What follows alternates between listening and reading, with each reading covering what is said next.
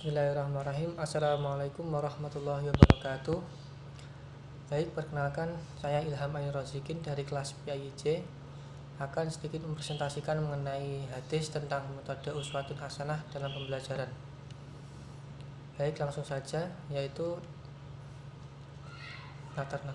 metode uswatun hasanah ini merupakan metode pendidikan dan pengajaran dengan cara pendidik memberi contoh, teladan, atau yang baik pada anak didik agar ditiru dan dilaksanakan. Suri teladan diri para pendidik merupakan faktor yang besar pengaruhnya dalam pendidikan anak. Pendidikan terutama orang tua dalam rumah tangga dan guru di sekolah adalah contoh ideal bagi anak. Salah satu ciri utama anak adalah meniru, sadar atau tidak akan meneladani segala sikap, tindakan, dan perilaku orang tuanya, baik dalam bentuk perkataan dan perbuatan maupun dalam pemunculan sikap-sikap kejiwaan serta emosi, sentimen, dan kepekaan.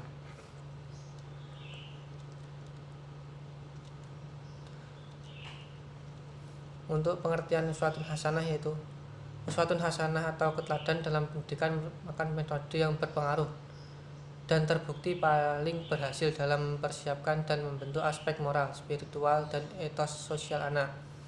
Mengingat pendidik adalah seorang figur terbaik dalam pendidikan anak, yang tindak tanduk atau sopan santunnya, disadari atau tidak, akan ditiru oleh mereka. Bahkan bentuk perkataan, perbuatan, dan tindak tanduknya akan senantiasa tertanam dalam kepribadian anak. Seorang anak sebagaimanapun besarnya usaha yang dipersiapkan untuk kebaikannya, sebagaimanapun suci firman, ia tidak akan mampu memenuhi prinsip-prinsip kebaikan dan pokok pendidikan utama selama ia tidak melihat pendidik sebagai teladan dari nilai-nilai moral yang tinggi. Adapun ayat tentang uswatun hasanah, yaitu Bismillahirrahmanirrahim. Laqad kana lakum fi rasulillahi uswatun hasanatun liman kana yarjullaha yaumal akhir wa dzakarallaha katsiran. Yang artinya sesungguhnya teladan ada pada diri Rasulullah atau suri teladan yang baik bagimu, yaitu bagi orang-orang yang mengharap rahmat Allah dan kedatangan hari kiamat dan dia banyak menyebut Allah. Adapun tentang redaksi hadisnya, yaitu adapun tentang keteladanan Rasulullah dalam hal ibadah dan akhlak, maka keteladanannya berada pada puncak keluhuran, yaitu salah satu hadisnya yaitu An Abi Hurairah qala Rasulullah sallallahu alaihi wasallam yaskutu baina takbiri wa bainal qiraatil iskana qala ashabinu qala hayati bi bani wa ummi ya Rasulullah iskanataka bainal takbiri wal qiraati ma taqulu qala aqulu lahumma ba'id bani wa bainal khotoya kama ba'adtu bainal musyraqil wal maghrib Allahumma nafini minal khotoya kama yu'nandi suba abyadu minad dunsi Allahumma agsil khotoya bil ma'i wasalji wal bari, rawahu Bukhari. Artinya, Abu Hurairah meriwayatkan bahwa biasanya Rasulullah sallallahu alaihi wasallam diam sejenak antara takbir dan bacaan. Ia berkata, aku kira ia mengatakan sesaat. Aku bertanya, dengan bapak dan ibuku wahai Rasulullah, apa yang engkau baca dalam keheninganmu antara takbir dan bacaan Al-Fatihah? Beliau menjawab, aku membaca Allahumma ba'idna baini wa baini khotoya kama ba'adna baini al-masyriqi wal maghrib Allahumma nakhinni min al-khotoyana kama yuhnal aswab al-abyad min al-adanas. Ya Allah, jauhkan antara aku dan dosaku sebagaimana engkau telah menjauhkan timur dan barat. Ya Allah, bersihkan aku dari dosa sebagaimana kain putih dibersihkan dari kotoran.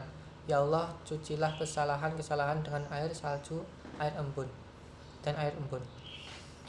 Asbabul wurud pada ayat ini memperingatkan orang-orang munafik bahwa sebenarnya mereka dapat memperoleh teladan yang baik dari Nabi Muhammad SAW.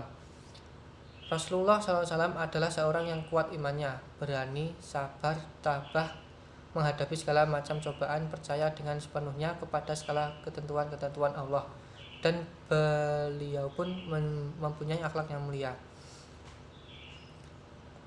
Jika mereka bercita-cita ingin menjadi manusia yang baik, berbahagia hidup di dunia dan akhirat, tentulah mereka akan mencontoh dan mengikuti Nabi. Tetapi perbuatannya dan tingkah laku mereka menunjukkan bahwa mereka tidak mengharapkan keridhaan Allah dan segala macam bentuk kebahagiaan hakikat itu. Analisis berikutnya, analisis bahasa. Kita hendaknya tidak mempunyai pengertian bahwa Rasulullah zuhud karena beliau fikir atau kekurangan makanan. Jika beliau menginginkan kehidupan yang melimpah ruah, bersenang-senang dengan bunga kehidupan dunia, maka dunia akan tunduk kepadanya untuk memberikan segala apa yang beliau inginkan. Tapi dengan zuhud itu beliau bermaksud untuk beberapa tujuan. Yang diantaranya itu, dengan zuhud beliau mengajarkan kepada generasi muslim atau arti tolong menolong, pengorbanan dan mendahulukan orang lain dan lain sebagainya. Berikutnya penjelasan kitab syarah hubungan ayat dengan hadis lain. Rasulullah, adapun untuk hubungan dengan lain, yaitu hubungan Rasulullah sebagai teladan menurut tafsir Ibnu Katsir, dan Rasulullah sebagai teladan menurut tafsir Al-Azhar atau Hamka, dan Rasulullah sebagai teladan menurut tafsir Jalalain. Rasulullah memiliki sikap santun terhadap musuh. Setelah beliau mendapatkan kemenangan, cukup kita lihat perilaku beliau kepada penduduk Mekah yang pernah menyiksa, menekan, mengusir dan dari negerinya, bersekongkol untuk membunuhnya, bahkan telah membenarkan perkataan dusta dan palsu kepadanya. Kesantunan ini menampakkan jiwanya yang mulia, yang tercermin dalam sifat pemaafnya. Kemudian aktualisasi hadis dalam wilayah pendidikan atau menghubungkan antara makna kandungan hadis dengan teori atau fakta kontemporer.